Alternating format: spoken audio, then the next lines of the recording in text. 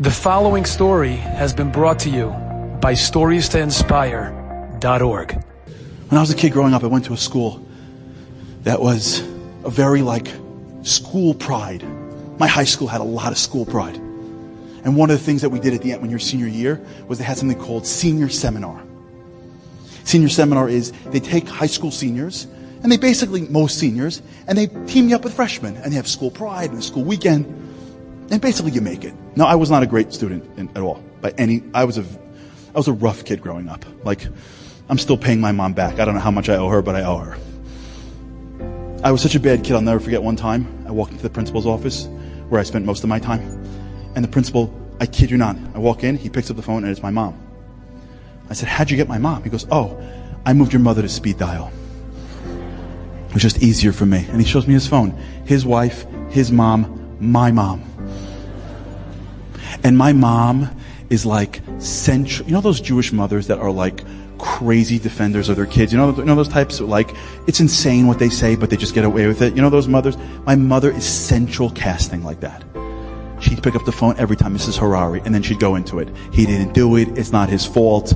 He's going to be a lawyer one day. His grandfather survived the Holocaust."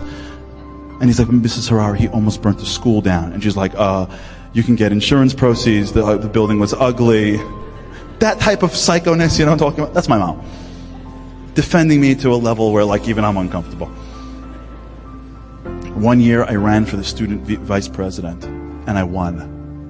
He sees me in the hallway, he goes, "Charlie, something positive besides basketball." I'm like, "I think basketball's positive." He goes, "You did something for the school. I'm so proud of you. Come to my office, we're going to call your mom and give her a nachas report."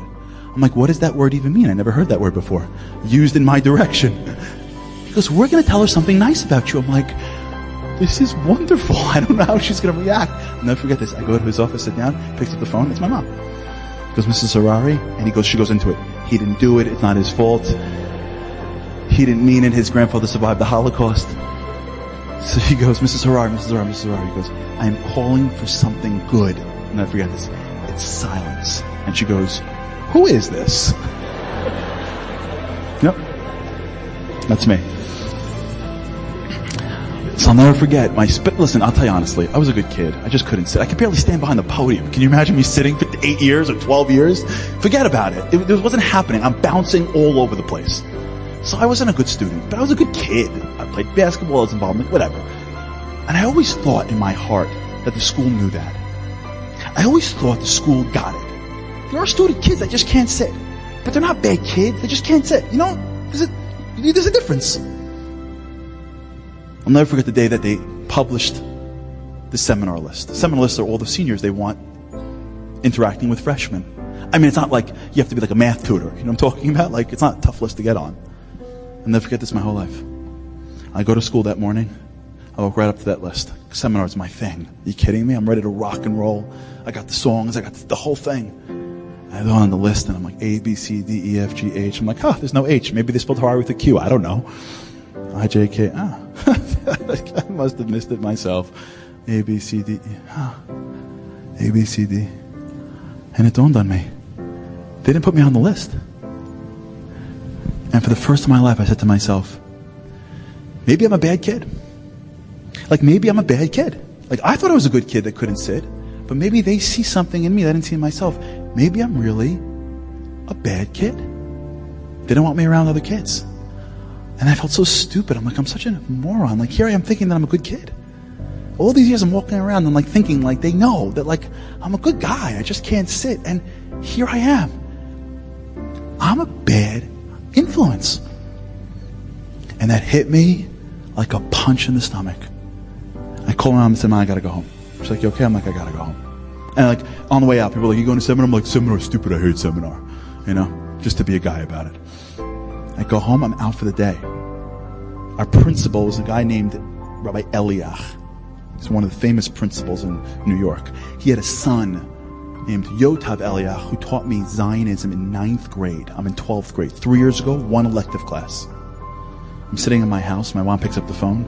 She goes, "Charlie, Rabbi Eliach's on the phone for you." I'm like, "Rabbi Eliach, the principal? I wasn't even in school. How do I get in trouble from being in my house?" So I pick up the phone. I'm like, "Hi, Rabbi Eliach, it's me. I didn't do it. It's not my fault. I'm going to be a lawyer one day. My grandfather survived the Holocaust." And he goes to me, No. It's not Rabbi Eliach. It's Yotav Eliach. I said, "Yotav? Why are you calling me? I haven't been in your class in 3 years." He goes, "I was walking by the hall today. I looked at the list of people that were on seminar. I saw they didn't pick you. Man, they missed it. You're a good kid. You can't sit. But you're a good kid. How did they not see that? Just wanted you to know." 30 seconds. Changed my life. 30 seconds of this man's time to see a piece of me that nobody saw. 30 seconds of someone's time to look at me and go, No, don't form that schema. Don't you dare form the scheme that says you're a bad influence. Don't you dare. Don't you dare. You're a good kid. I see it in you. I can tell you, the next year I was in Israel for the year, there were moves that I made, and when I was about to make this decision or that decision to change my life, you know what rang in my head? Not my mom, although she's awesome. Yes, you can. You know what rang in my head? My teacher from 9th grade who said, "I see you. I see you. You're a good kid. You could be great in life. I see you." We spend our lives trying to feel like we're more when everyone around us is begging for somebody to see them. The greatest gift we have is our eyes.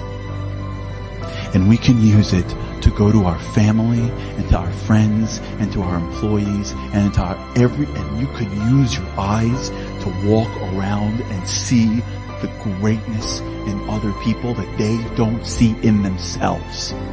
They'll fight you for it. They'll disagree with you. It doesn't matter.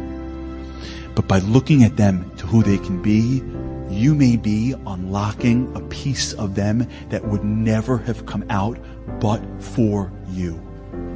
Not because they're not trying, but because their brain can't see it.